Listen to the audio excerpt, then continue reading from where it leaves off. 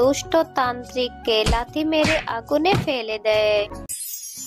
এই শেফা শিয়ালিনী অনেক কষ্ট করে গাছগুলো করেছে, আর ওই ছিচকে দুষ্টু শিয়াল এগুলো নষ্ট করেছে। এখন থেকে পুকুরে ভেসে থাকা এই টমেটোগুলো আমরা খেতে পারবো। হ্যাঁ রে মিনা, তুই ঠিকই বলেছিস। মা, তুমি আর কতক্ষণ এভাবে ঘরের মধ্যে মন খারাপ করে বসে থাকবে? আমার অনেক খিদে পেয়েছে, আমার ভালো লাগছে না। মা, তুমি আর মন খারাপ করে থেকো না। বাবা আমাকে ছেড়ে চলে গেছে, এখন তুমিও যদি এরকম কান্না করো আমার যে ভীষণ কষ্ট হয়। হ্যাঁ রে মামিনা, আমার শরীরটা যে ভালো লাগছে না, আর তোরও তো খিদে পেয়েছে।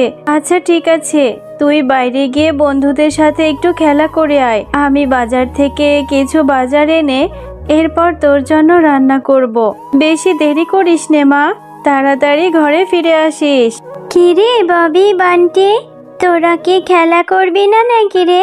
চল আমরা সবাই গিয়ে খেলা করি। তোরা এটা কি খাচ্ছিস রে? দেখতে কত সুন্দর। আরে মিনা, তুই এগুলো চিনিস না? এগুলো লাল টকটকে টমেটো, পাকা টমেটো। এগুলো খেতে না অনেক মজা।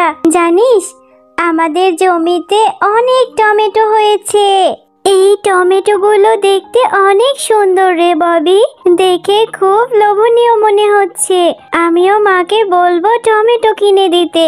তা তোরা কি আজকে খেলবি না নাকি রে? না রে মিনা, আমরা আজকে খেলবো না। আমরা আজকে আমার মায়ের টমেটোর জমিতে কাজ করব আমার মায়ের সাথে। তুই কালকে খেলা করতে আসিস। এই কথা শুনে মিনা সেখান থেকে বাড়ির দিকে চলে যায়।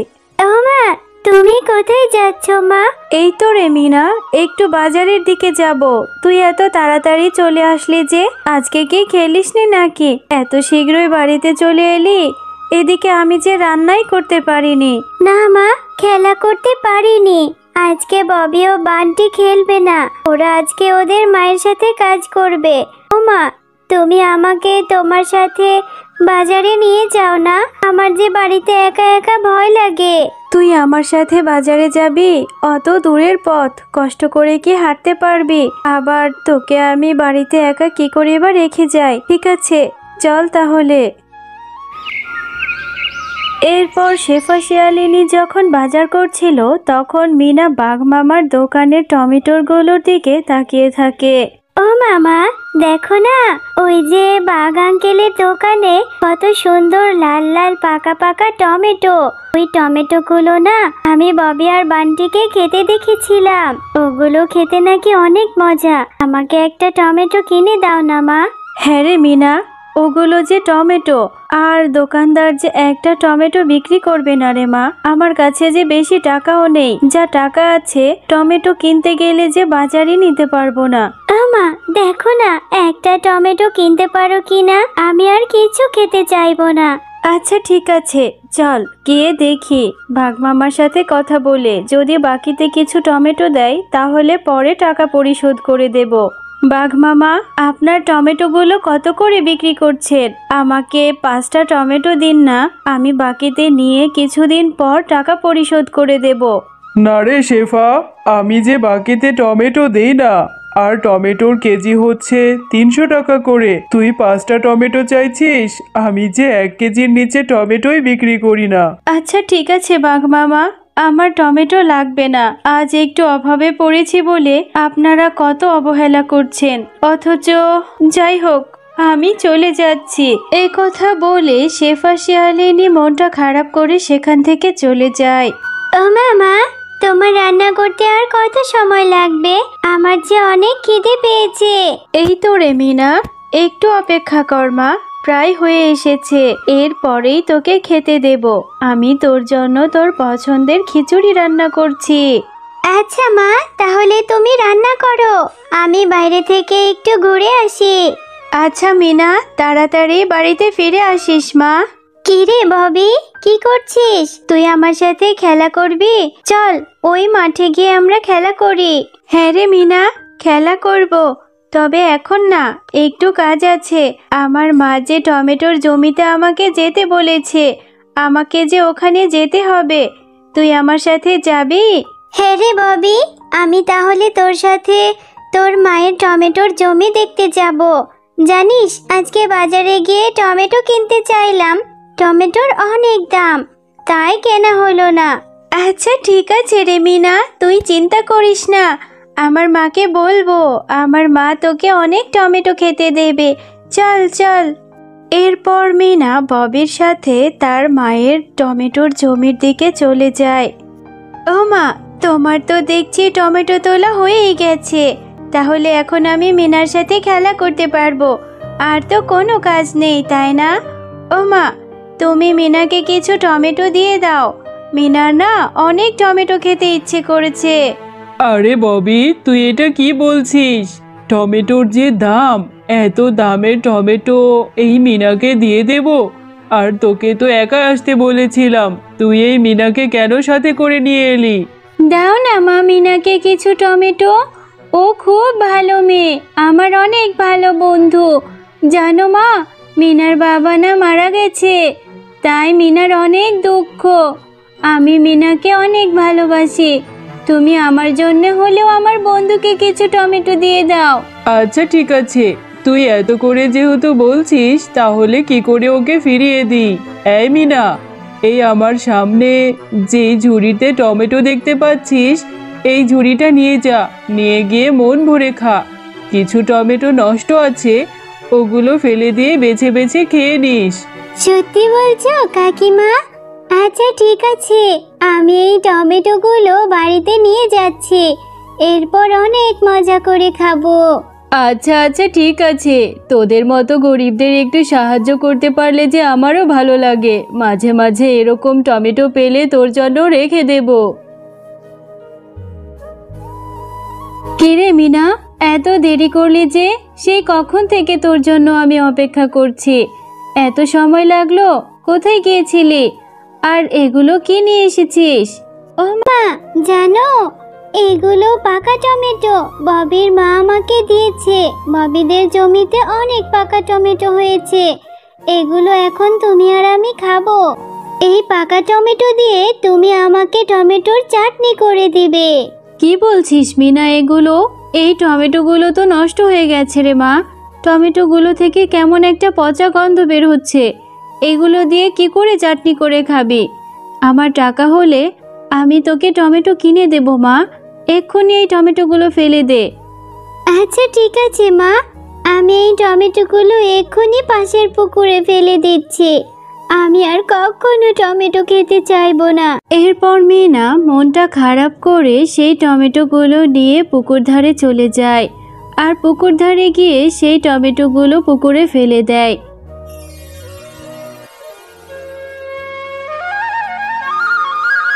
ও মা, দেখো না, কালকে যে পচা টমেটোগুলো ফেলে দিয়েছিলাম, সেই টমেটোগুলো থেকে কত টমেটোর গাছ হয়েছে। এখন থেকে পুকুরে ভেসে থাকা এই টমেটোগুলো আমরা খেতে পারবো। হ্যাঁ রে মিনা, তুই ঠিকই বলেছিস, আল্লাহ আমাদের উপর দয়া করেছে রে মা, এই টমেটোগুলো বাজারে বিক্রিও করা যাবে। দুষ্ট তান্ত্রিককে লাথি মেরে আগুনে ফেলে দেয়।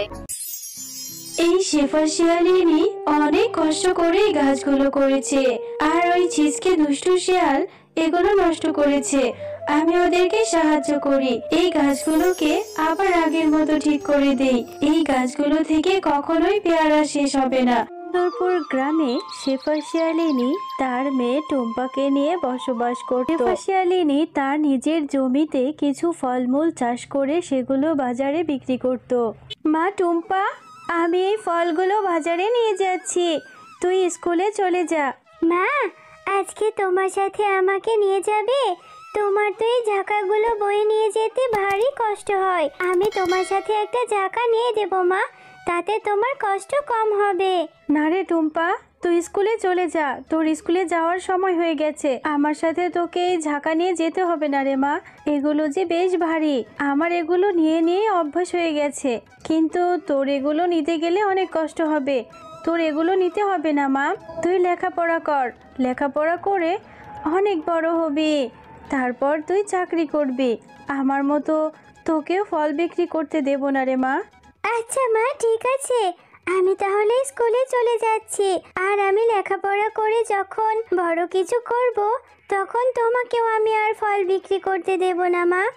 এরপর শেফা শিয়ালিনী তার ফলের ঝুড়িগুলো নিয়ে বাজারে চলে যায়, আর টুম্পাও তার মায়ের পেছন পেছন স্কুলে চলে যায়। শেফা শিয়ালিনী যেই বাজারে গিয়ে ফল বিক্রি করত, একই বাজারে ছিচকে শিয়াল নামে এক শিয়াল তার দোকানে ফল বিক্রি করত। কিন্তু শেফা শিয়ালিনীর অনেক টাটকা ফল হওয়াতে শেফা শিয়ালিনীর বেচা কেনা খুবই ভালো হতো। ফল আছে গো ফল, পাকা পাকা মিষ্টি মিষ্টি রসালো ফল, দাদারা দিদিরা নিয়ে যান নিয়ে যান। ও দিদি, কি ফল নেবেন গো আপনি? আমার গাছের তরতাজা ফল কেবলই ছিঁড়ে নিয়ে এসেছি, একবার নিয়ে খেয়ে দেখেন, বারবার খেতে মন চাইবে। এভাবে ক্রেতারা শেফা শিয়ালিনীর থেকে ফল কিনে নিয়ে যায়, আর এদিকে পাশে থাকা ছিচকে শিয়াল সেগুলো দেখে অনেক হিংসে করতে থাকে। আরে, এই শেফা শিয়ালিনীর থেকে সবাই ফল কিনে নিয়ে যাচ্ছে, আজকে আমি একটাও ফল বিক্রি করতে পারলাম না। এভাবে চলতে থাকলে যে আমাকে না খেয়ে মরতে হবে, এর একটা বিহিত করতেই হবে।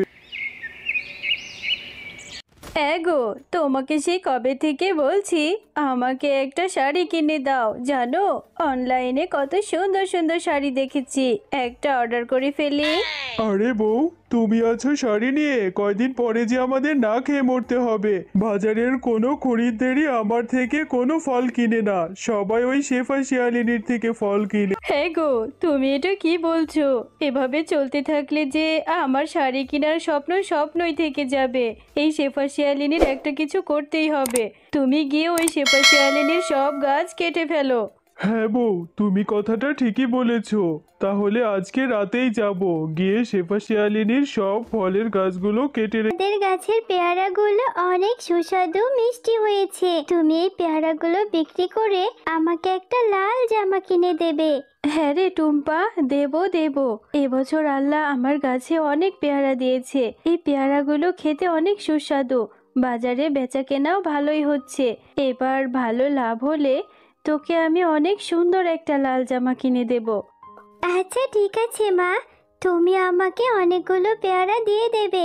আমি আমার স্কুলের বন্ধুদের সবাইকে আমাদের পেয়ারা খাওয়াবো। আচ্ছা টুম্পা, একদিন অনেকগুলো পেয়ারা পেড়ে তোকে দিয়ে দেব, স্কুলের সব বন্ধুদেরকে খাওয়াবি। চল এবার বাড়িতে যাই। এরপর রাত্রেবেলা ছিচকে শিয়াল শেফা শিয়ালিনীর সব গাছগুলো কেটে ফেলতে থাকে, আর সেই গাছগুলো কেটে শেফা শিয়ালিনীর বাড়ির পাশের পুকুরের মধ্যে ফেলে দেয়। আরে টুম্পা, দেখ তো, আমাদের এই পুকুরের মধ্যে মনে হচ্ছে পেয়ারা গাছ কে যেন কেটে রেখে গেছে। এগুলো তো মনে হচ্ছে আমাদেরই পেয়ারা গাছ। চল তো গিয়ে দেখি আমাদের ফলের বাগানে আমাদের গাছগুলো কি কেউ কেটে রেখে গেল। হায় আল্লাহ, এই তো দেখছি আমার সব গাছগুলো কেটে নিয়ে গেছে। আমার এত বড় সর্বনাশ কে করলো? আমি এখন কি করব? এই ফলগুলো বিক্রি করে যে আমার সংসারটা চালাতাম, কে আমার এত বড় সর্বনাশ করলো?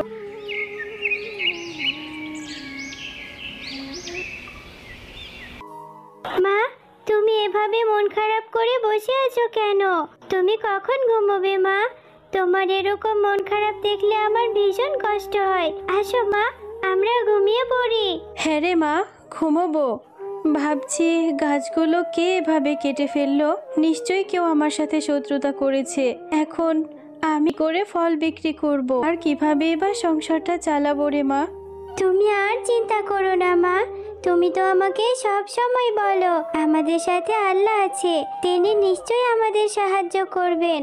হ্যাঁ রে মা, নিশ্চয়ই আল্লাহ একটা কিছু করবে। আয় এবার আমরা ঘুমিয়ে পড়ি, অনেক রাত হয়েছে। এই শেফা শিয়ালিনী অনেক কষ্ট করে এই গাছগুলো করেছে, আর ওই ছিচকে দুষ্টু শিয়াল এগুলো নষ্ট করেছে। আমি ওদেরকে সাহায্য করি, এই গাছগুলোকে আবার আগের মতো ঠিক করে দেই। এই গাছগুলো থেকে কখনোই পেয়ারা শেষ হবে না, আর ওরা মা ও মেয়ে ছাড়া কেউ এই গাছের পেয়ারা ছিঁড়তে পারবে না।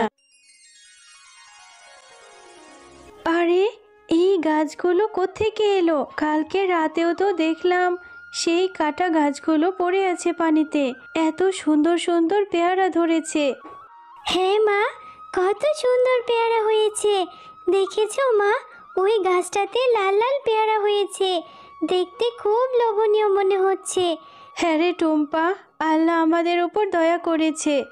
এখন থেকে এই পেয়ারাগুলো বাজারে বিক্রি করে আমরা আমাদের সংসারটা চালিয়ে নিতে পারবো। হ্যাঁ মা, তোমাকে তো আমি বলেছিলাম, তুমি মন খারাপ করো না, আল্লাহ একটা ব্যবস্থা করে দেবে। দেখলে তো, আল্লাহ আমাদের উপর দয়া করেছে। এখন থেকে তুমি আবার বাজারে পেয়ারা বিক্রি করতে পারবে। এরপর শেফা শিয়ালিনী সেই পেয়ারাগুলো নিয়ে বাজারে গিয়ে আবারও বিক্রি করতে থাকে।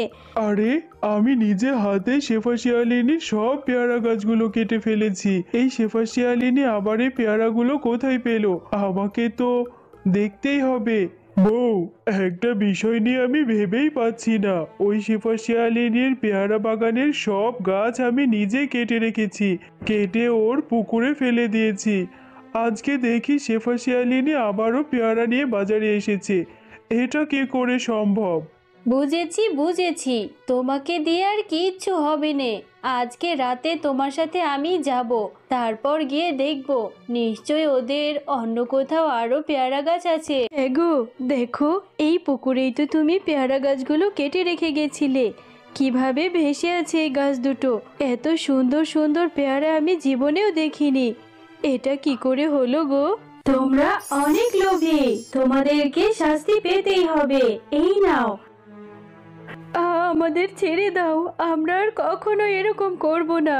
আমাদের মাফ করে দাও। আমি তোমাদের শেষবারের মতো একটা সুযোগ দিলাম। এরপরে যদি কখনো আবারও এরকম করো, তখন তোমরা অনেক শাস্তি পাবে, আর কখনো ক্ষমা পাবে না। জাদুর পেয়ারা গাছ, আমরা তোমাকে কথা দিচ্ছি, আমরা আর কখনো এরকম করব না। আমরা আজ থেকে ভালো হয়ে যাব। কাঁদিস না মা, আর কাঁদিস না। তোর বাবাকে যে পাঠালাম তোর জন্য খাবারের ব্যবস্থা করতে, না জানি তোর বাবা কোথায় গিয়েছে, এই ঝড়ের মধ্যে কি করছে।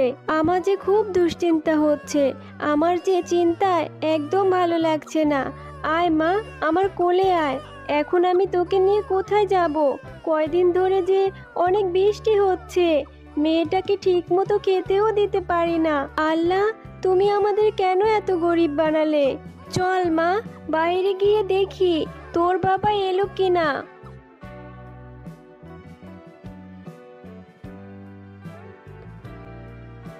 ওই তো দেখি তোর বাবা আসছে।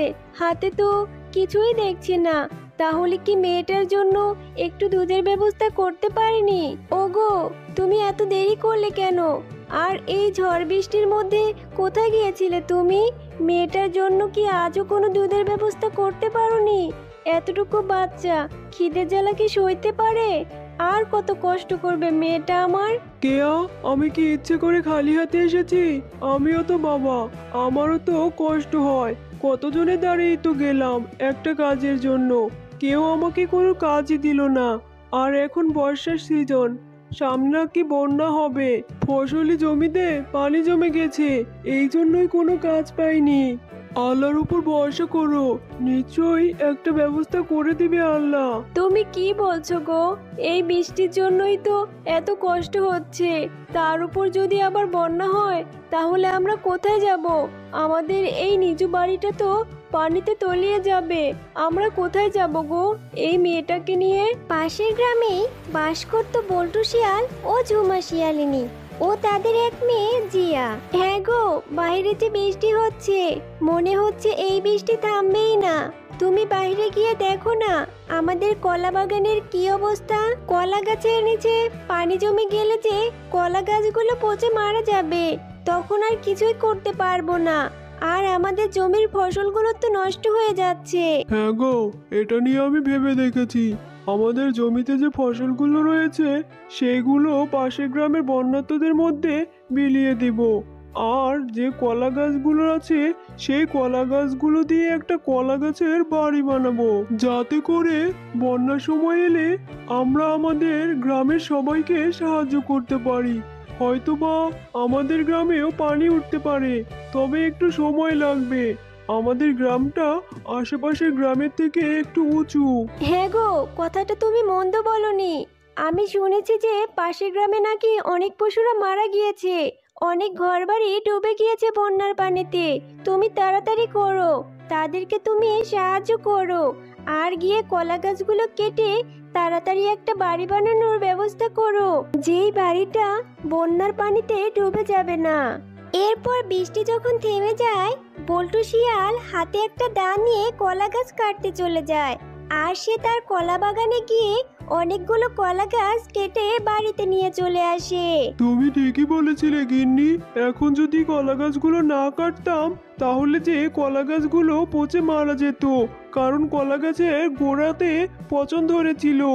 এই কলা গাছগুলো দিয়ে আমি একটি বাড়ি বানাবো, যেই বাড়িটা পানিতেও ডুববে না।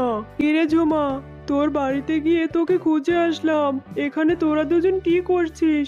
ও বাবা, কলা গাছ দিয়ে বাড়ি বানাচ্ছিস নাকি? আমি এসেছিলাম একটু লবণ চাইতে, যদি একটু লবণ থাকে আমাকে একটু দে। আর এমন পাগলামি করছিস কেন? অযথা কলা গাছগুলো কেটে এভাবে কি বানাচ্ছিস তোরা? বাঘিনী মামি, বন্যা হবে গো, বন্যা হবে, তাই তো আমরা আগে থেকেই প্রস্তুত হচ্ছি। এই কলা গাছের ভাসমান বাড়ি বানিয়ে আমরা আমাদের গ্রামের সকল পশুকে সাহায্য করব, যাতে পাশের গ্রামের পশুগুলোর মতো আমাদেরও অত কষ্ট করতে না হয়। নিশ্চয়ই তোদের মাথা খারাপ হয়ে গিয়েছে, তোদের এই বকবকানি শুনলে আমিও পাগল হয়ে যাব। যাক বাপু, আমার আর লবণ লাগবে না। আরে আরে বাঘিনী মামি, চলে যাচ্ছ কেন? লবণটা তো নিয়ে যাও, আমার কথাটা শুনে যাও। এভাবে কয়েকদিন ধরে একটানা বৃষ্টি হতে থাকে, আর সেই বৃষ্টিতে নিচু গ্রামগুলো পানিতে ডুবে যায়, আর সেখানে বন্যা হতে শুরু করে। ওগো, আমাদের ঘরে যে পানি উঠে গিয়েছে, বন্যা শুরু হয়ে গিয়েছে আমাদের বনে। দেখো না আমাদের মেয়েটা কিভাবে কাঁদছে। ভেবেছিলাম না খেয়ে মারা যাব, এখন তো দেখছি জলে ডুবে মারা যাব। এই মেয়েটাকে নিয়ে কোথায় যাব এখন আমরা? কেয়া, মেয়েটাকে নিয়ে বাইরে চলো, গিয়ে দেখি কোনো একটা ব্যবস্থা করতে পারি কিনা। যদি আমরা কোনো উঁচু জায়গায় গিয়ে উঠতে পারি তাহলে হয়তো মেয়েটাকে নিয়ে প্রাণে বেঁচে যাব।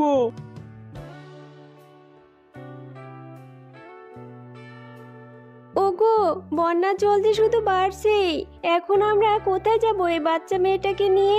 এখন তো আমরা এই মেয়েটাকে নিয়ে সাঁতার কেটেও কোথাও যেতে পারবো না। তুমি কিছু একটা করো না, আমরা যে মরে যাব, আমার বাচ্চা মেয়েটাও যে মরে যাবে। আল্লাহ, তুমি একটা কিছু ব্যবস্থা করে দাও, আমার মেয়েটাকে যে আমি হারাতে চাই না। আমার মেয়েটা এমনিতেই 2 দিন ধরে না খেয়ে আছে। তুমি একদম কেঁদো না বউ, তুমি একদম চিন্তা করো না, নিশ্চয়ই আল্লাহ একটা ব্যবস্থা করে দিবে। আমি গিয়ে দেখি কি করা যায়। আমরাও যদি মরে যাই তাহলে আমাদের সন্তানকে মরতে দিব না আমরা। এই নাও বউ, এই হাঁড়িটা আমি ঘর থেকে নিয়ে এসেছি। এই হাঁড়িটা তো জলে ভাসবে, আমাদের মেয়েটাকে এই হাঁড়িতে ভাসিয়ে দাও। যদি কেউ আমাদের মেয়েটাকে পেয়ে যায় তবে আমাদের মেয়েটা প্রাণে বেঁচে যাবে। আমাদের সাথে থাকলে যে আমরা ওকে বাঁচাতে পারবো না। ওগো, আমাদের কলিজার টুকরো সন্তানকে যে আমরা জলে ভাসিয়ে দিলাম, আল্লাহ তুমি আমাদের সন্তানকে রক্ষা করো, ওকে যেন তুমি প্রাণে বাঁচিয়ে দিও। যা মা, যা, তোকে আর ধরে রাখতে পারলাম না। হ্যাঁ গো, আমাদের কলা গাছের বাড়িটা যে তৈরি হয়ে গেছে। শুনেছি পাশের গ্রামে নাকি বন্যা হয়েছে, অনেক ঘরবাড়ি তলিয়ে গিয়েছে। চলো না, আমরা আমাদের গ্রামের সকল পশুদেরকে ডেকে এই কলা গাছের বাড়িতে উঠতে বলি, যাতে করে সবাই প্রাণে বেঁচে যায়। হ্যাঁ গিন্নি, তুমি কথাটা মন্দ বলনি। আমাদের গ্রামে তো পানি চলে এসেছে, আমাদের নদীটাও টুইটুম্বর হয়ে আছে। হয়তোবা আজকের ভিতরেই আমাদের গ্রামে বন্যা শুরু হয়ে যাবে। চলো সবাইকে গিয়ে সাহায্য করি। আমরা আপনাদেরকে সাহায্য করতে এসেছি। আমরা আমাদের কলা বাগানের কলা গাছগুলো দিয়ে একটা ভাসমান কলা গাছের বাড়ি বানিয়েছি। আপনারা আমাদের সাথে আমাদের কলা গাছের বাড়ির উপরে চলুন, সেই বাড়িতেই থাকবেন, না হলে যে আমরা প্রাণে বাঁচতে পারবো না। আরে ঝুমা ভাবি, তোমরা না হয় পাগল হয়েছো, আমরাও কি পাগল হয়েছি নাকি? কে বলেছে বন্যা হবে? বন্যা হলে বন্যার জলে ডুবে মরবো, তবুও তোমাদের ওই কলা গাছের বাড়িতে গিয়ে মরতে চাই না বাপু। কিছুক্ষণের মধ্যেই অঝরে বৃষ্টি শুরু হয়ে যায়, আর অনেক বৃষ্টি হওয়াতে গ্রামে পানি উঠে যায় এবং বন্যা শুরু হয়ে যায়। গ্রামের কেউই আমাদের কোনো কথাই শুনলো না, কোনো কথাই বিশ্বাস করতে চাইলো না। ঠিকই তো গ্রামে বন্যা হয়ে গেল। না করুক, চলো না আমরা গ্রামের অন্যদের সাহায্য করি। ওগো দেখো না, ওই তো দূরে দেখা যাচ্ছে, ওই হাড়ির মধ্যে ছোট্ট একটি বাচ্চা কান্না করছে। ওই বাচ্চাটা হাড়িতে ভেসে যাচ্ছে। তুমি তাড়াতাড়ি যাও না, ওই বাচ্চাটাকে ধরে নিয়ে এসো, না হলে যে মরে যাবে। তাড়াতাড়ি যাও গো, ওই বাচ্চাটাকে এনে আমার কাছে দাও। না জানি কোন বাবা মায়ের আদরের সন্তান। কত ফুটফুটে মিষ্টি একটি বাচ্চা, ঠিক আমার জিয়ার মতো দেখতে। না জানি কোন বাবা মায়ের কষ্টের ধনকে এভাবে পাতিলের মধ্যে রেখে দিয়েছে। এই বাচ্চাটাকে আল্লাহ অশেষ রহম করেছে, না হলে কিভাবে বেঁচে থাকে। মা, তাহলে তো ভালোই হয়েছে, আল্লাহ আমাকে একটা বোন দিয়েছে। আমি এখন থেকে ওর সাথে খেলা করব। আমার একটা বোন হয়েছে, আমি অনেক খুশি হয়েছি মা। ভাই বল্টু, ঝুমা, আমাদের একটু তোদের কলা গাছের বাড়িতে জায়গা দে না বোন। আমরা তোদেরকে কত অবহেলা করেছি, আমরা যে ডুবে মারা যাব। আমাদের ঘরবাড়ি সবকিছুই তলিয়ে গেছে। কেন বাঘিনী মামি, তোমরা না আমার স্বামী আর আমাকে কত কিছু বলে কথা শুনিয়েছিলে? বলেছিলে আমরা নাকি পাগল হয়েছি, তাই এই কলা গাছের বাড়ি বানিয়েছি। দেখলে তো, আজ তোমাদের এই কলা গাছের বাড়িতেই আসতে হলো। আমরা যেটা করেছি গ্রামের পশুদের ভালোর জন্যই করেছি। আর তোমাদের জলের মধ্যে দাঁড়িয়ে থাকতে হবে না, তাড়াতাড়ি উঠে এসো আমাদের কলা গাছের বাড়িতে।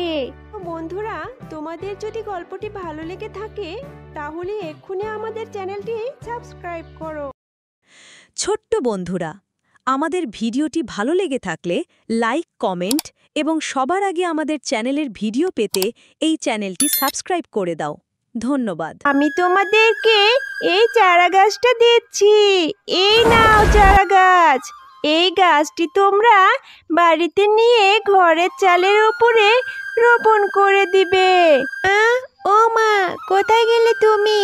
এদিকে এসো, কি রান্না করেছো আজ? এখানে তো শুধু ডাল দেখতে পাচ্ছি। তুমি কি শুধু ডাল রান্না করেছো? তুমি জানো না, আমার যে শুধু ডাল দিয়ে প্রতিদিন ভাত খেতে একদম ভালো লাগে না। তুমি অন্য কিছু রান্না করোনি? না রে মা, আজ তো অন্য কিছু রান্না করতে পারিনি। তুই তো জানিস কিছুদিন ধরে তোর বাবার কোনো কাজ নেই, এজন্য শুধু ডালই রান্না করেছি। আজকের মতো ডাল দিয়ে ভাত খেয়ে নে, তারপরে তোর বাবাকে কালকে বলবো ভালো কিছু আনতে। কি যে করি, আজও তো কোনো কাজ পেলাম না। এদিকে তো বেলা গড়িয়ে সন্ধ্যা হয়ে গেল, আজ আর কোনো কাজ পাওয়া যাবে না। আমি বরং আজ বাড়ি চলে যাই, কাল সকাল সকাল বেরিয়ে পড়বো একটা কাজের খোঁজে, হয়তো কোনো কাজ পেয়ে যাব।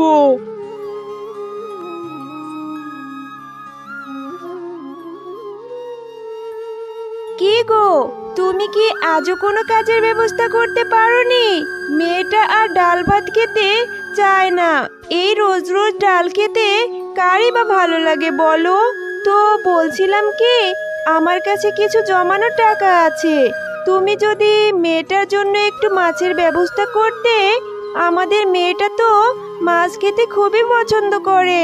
হ্যাঁ, আমিও ভাবছিলাম তোমার জমানো টাকা দিয়ে আর কতদিন এভাবে খরচ করব বলো।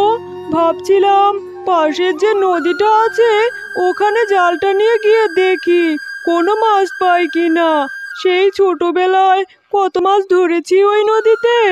মা, বাবা তাহলে মাছ ধরতে যাবে? আমিও বাবার সাথে মাছ ধরতে যাব মা। আমিও মাছ ধরে দেখব। কি মজা, কি মজা! সকালে আমরা দুজন মিলে মাছ ধরতে যাব নদীতে। আমি যাব মা, বাবার সাথে, প্লিজ মা।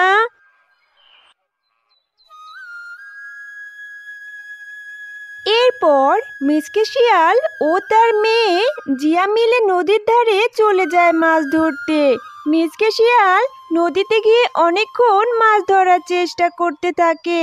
সে অনেকবার চেষ্টা করার পরেও কোনো মাছ পায় না। মা জিয়া, মন খারাপ করে দাঁড়িয়ে আছিস কেন? মন খারাপ করিস না মা, তোকে আমি বাজার থেকে মাছ কিনে এনে দেব। মন খারাপ করিস না। চল মা, আমরা এবার বাড়িতে যাই।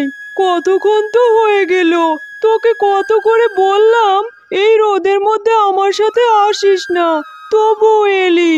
বাবা, তুমি একটাও মাছ পেলে না নদীতে? আমরা আরো কিছুক্ষণ চেষ্টা করি না বাবা? আমি মাছ দিয়ে ভাত খাবো। আমি তো জানি তোমার কাছে কোনো টাকা নেই, তাহলে তুমি বাজার থেকে কি করে মাছ কিনে আনবে? বাবা, তুমি আবারও নদীতে জাল ফেলো, দেখবে মাছ পাবে। আমি মাছ ছাড়া বাড়িতে যাব না বাবা। জিয়া ও মিচকে শিয়াল এসব কথা বলার সময় সেখানে হঠাৎ করে একটি জলপরি চলে আসে। আমি অনেকক্ষণ ধরেই পানির নিচ থেকে তোমাদের বাবা মেয়েকে দেখছিলাম আর তোমাদের কথাও শুনছিলাম। তোমরা শোনো, এই নদীতে তোমরা কোনো মাছ পাবে না, কারণ এই নদীতে কোনো মাছ থাকে না। তোমরা বাড়িতে চলে যাও, আর আমি তোমাদেরকে সাহায্য করতে চাই। আমি তোমাদেরকে এই চারা গাছটা দিচ্ছি। এই নাও চারা গাছ। এই গাছটি তোমরা বাড়িতে নিয়ে ঘরের চালের উপরে রোপণ করে দিবে। এরপর এটা থেকে তোমরা রোজ রোজ অনেক মাছ খেতে পারবে। এসব কথা বলে জলপরি চারা গাছটি দিয়ে সেখান থেকে চলে যায়। বাবা, ও বাবা, দেখলে তো জলপরি কি বললো?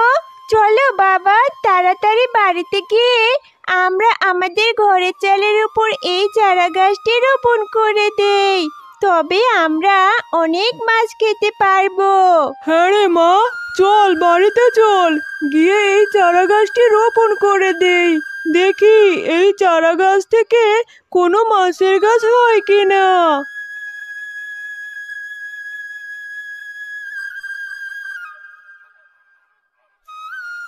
হ্যাঁ গো, নদীর পাড় থেকে এসে চালের উপরে কি গাছ লাগাচ্ছ?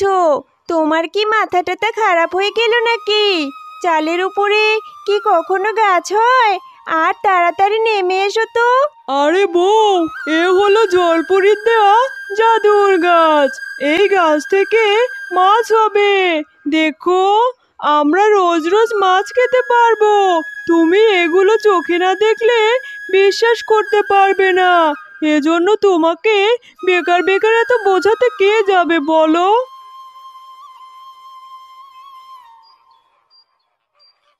বাবা মা, দেখো না, জলপরি দেওয়া সেই গাছ থেকে কতগুলো ইলিশ ধরেছে। কি মজা, কি মজা! সত্যি আমরা এখন মাছ খেতে পারবো। আমাদের গাছে মাছ হয়েছে। মা, দেখো না, কতগুলো মাছ ধরেছে। হ্যাঁ, তাই তো দেখছি গো। এটাও কি সম্ভব নাকি? আমি চোখে ভুল দেখছি না তো? গাছে আবার কখনো মাছ হয় নাকি? তোমাকে কোন পরী দিয়েছে গো এটা? পরীটা তো অনেক ভালো। আমরা এখন থেকে রোজ রোজ মাছ খেতে পারবো। আর এভাবে মাছ হতে থাকলে তো বাজারেও বিক্রি করতে পারবো, তাই না? এরপর মিচকে শিয়াল সেই গাছে ধরা ইলিশ মাছগুলো নিয়ে অনেক ভালো দামে বিক্রি করে। এরপর থেকে তাদের সংসারের অভাবও দূর হয়ে যায়। এত সুন্দর ইলিশের ঘ্রাণ আর তো থাকা গেল না। এই বাড়িতে তো দেখছি চালের উপর ইলিশ ধরেছে। এতদিন তো এর খোঁজ পাইনি। হাম হাম হাম হাম, খুব মজা করে খাবো। মিচকের গাছে ধরা ইলিশ খুব মজা।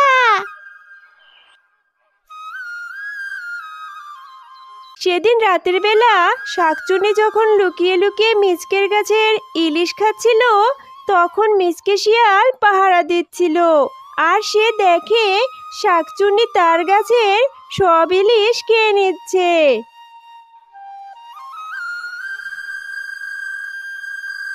এই যে দেখো বউ, শাকচুনি মাছ খেয়ে এখানেই ঘুমিয়ে পড়েছে। এই হচ্ছে আমাদের সেই ইলিশ চোর। এক্ষুনি আমাদের কিছু একটা ব্যবস্থা করতে হবে। তোমরা চুপচাপ এখানে থাকো, কোনো কথা বলো না। আমি যাচ্ছি তান্ত্রিকের কাছে। তান্ত্রিক বাবা নিশ্চয়ই এর একটা সমাধান দিবে। এসব কথা বলে মিচকে শিয়াল তান্ত্রিকের কাছে চলে যায় আর তান্ত্রিককে সবটা খুলে বলে। বুঝতে পেরেছি, এই শাকচুন্নি তোদের অনেক জ্বালাতন করছে, তবে তুই কোনো চিন্তা করিস না, আমি এর একটা ব্যবস্থা করছি। এই নে জাদুর ফুল, এটাতে মন্ত্রপুত করা আছে, এটা নিয়ে শাকচুন্নির সামনে ধরবি, তবেই ওই শাকচুন্নি জব্দ হয়ে যাবে। বাঁচালেন তান্ত্রিক বাবা, আমি এক্ষুনি ওই ফুল নিয়ে বাড়ি যাচ্ছি ওই শাকচুন্নিকে জব্দ করার জন্য। কি গো, তান্ত্রিক বাবা কি বললো?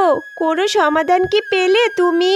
হ্যাঁ গো গিন্নি, তুমি কোনো কথা বলো না, শুধু চুপচাপ দাঁড়িয়ে থেকে দেখে যাও।